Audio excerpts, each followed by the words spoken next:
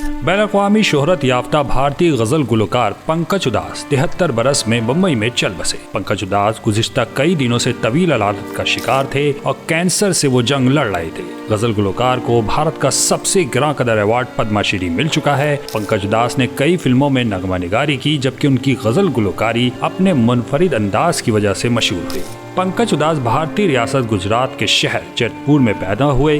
वो 3 भाइयों में सबसे छोटे थे, जबकि इनके बड़े भाई मनोहर उदास भी गुलकारी के शोबे से वाबस्ता रहे। पंकज उदास की वजह शोहरत उनकी मशहूर गजल चिट्ठी आई है रही, जबकि साजन के गीत जिए तो जिए कैसे हर एक की जबान पर रहा। इसी तरह उनकी एक और गजल चांदी जैसा रंग है सबसे ज्यादा मशहूर हुई। पंकज उदास को यह एजाज भी हासिल है कि उन्होंने कई फिल्मों में खुद अपनी ही गाई हुई गजलों पर परफॉर्म किया। उनका जो भी एल्बम आता वो हाथों हाथ फरोख्त होता। यही नहीं, उनका हर गाना और गजल उनके परिस्तारों के दिल को छू जाती। चाहने वालों का कहना है कि इनकी कमी को हर लम्हे महसूस किया जाएगा। बिलखुसूस 80 और 90 की दहाई में गाए इनके गीत कभी भी जहनों से फरामोश नहीं हो सकते।